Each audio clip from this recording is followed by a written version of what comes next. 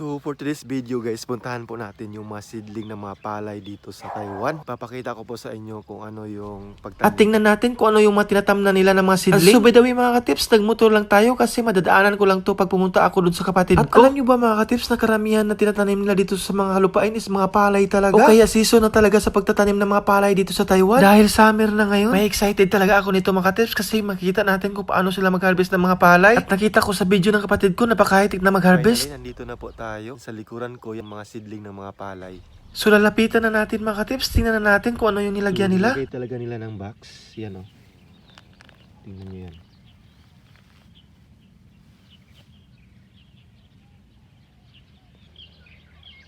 So ayan guys. Grabe mga palay yan.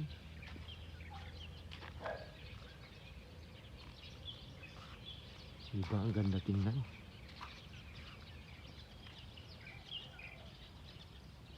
So kung nakikita nyo po yung mga box na yan, yan po yung nilagyan ng mga seedling.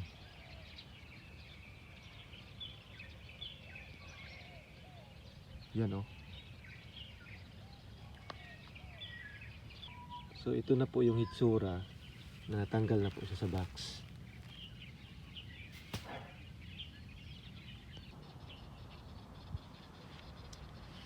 So ito yung ginagamit nila guys para yung mga seedling is madali lang po mapunta doon sa nilalagyan ng sasakyan. At dagdag alaman mga tips, karamihan sa mga nag-farming dito ng mga palayan is gumagamit na sila ng mga agricultural drone. Mga drone na yun ang ginagamit nila parang pang spray para easy lang mga katips.